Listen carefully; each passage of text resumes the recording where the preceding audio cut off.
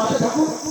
বিশেষ কিছু বলার নেই, শুধু আমি এইটুকুই বলবো, যেহেতু দলের ব্যাপার হচ্ছে, রাজনৈতিক পরিস্থিতি কি হলো জানার দরকার নেই, কে দেবাশিস কে কোন ব্যক্তি কোনো কিছু দেখার দরকার নেই, কিন্তু তৃণমূল কংগ্রেসের পক্ষে থাকতে হবে, এইটুকুই প্রতিজ্ঞাবদ্ধ হতে হবে।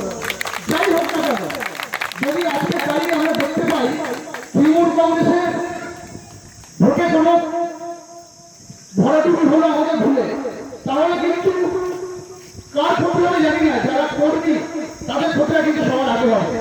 কারণ নেতা আজ আছে, কারণে কে কোনদিন কোন দলে চলে যাবে ঠিক নেই, আমি ওপেন স্টেজে বলছি, কিন্তু যারা কর্মী আছে না, তারা দলটাকে মন দিয়ে ভালোবাসে, তারা কিন্তু দলটা মন দিয়ে করে। তাই সকলকে এখানে যারা নেতৃত্ব দিচ্ছেন অনুরোধ করবো, আপনাদের কোনো টানাপোড়েনের মাঝখানে যেন কোনো কর্মীর যেন কোনো ক্ষতি না হয়, সেটা আপনারা লক্ষ্য রাখবেন। এবং আজকের এইখানে আসতে পারে সত্যি ভালো লাগছে, আমার প্রচন্ড ভালো লাগছে।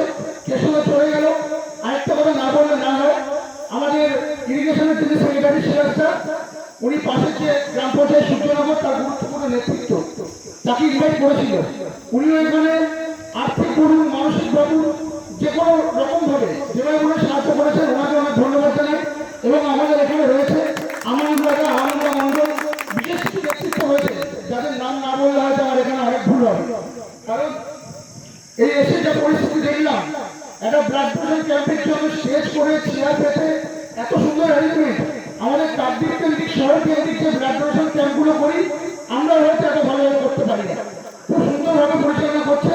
তাই আমি এটাকে অনেক অনেক ধন্যবাদ জানাই। যেমন এখানে আছেন আনন্দ মন্ডল, কাবিল শেখ, সাইফুল মোল্লা, শফিউল্লাহ মন্ডল, রসমু শেখ, আকরাম শেখ, আলম সর্দার, আমি ওনাদেরকে অনেক অনেক ধন্যবাদ জানাই। এরা প্রথম বছর শুরু করলো ব্লাড ডোনেশন ক্যাম্পটা, বিগত বছরগুলি হয়তো ব্লাড ডোনেশন ক্যাম্পের আয়তনও বাড়বে, ব্লাড যারা ডোনার তাদের সংখ্যাও বাড়বে, এবং এই ক্যাম্পটা এরা বরাবর করতে পারে এবং সমাজসেবামূলক কাজ করতে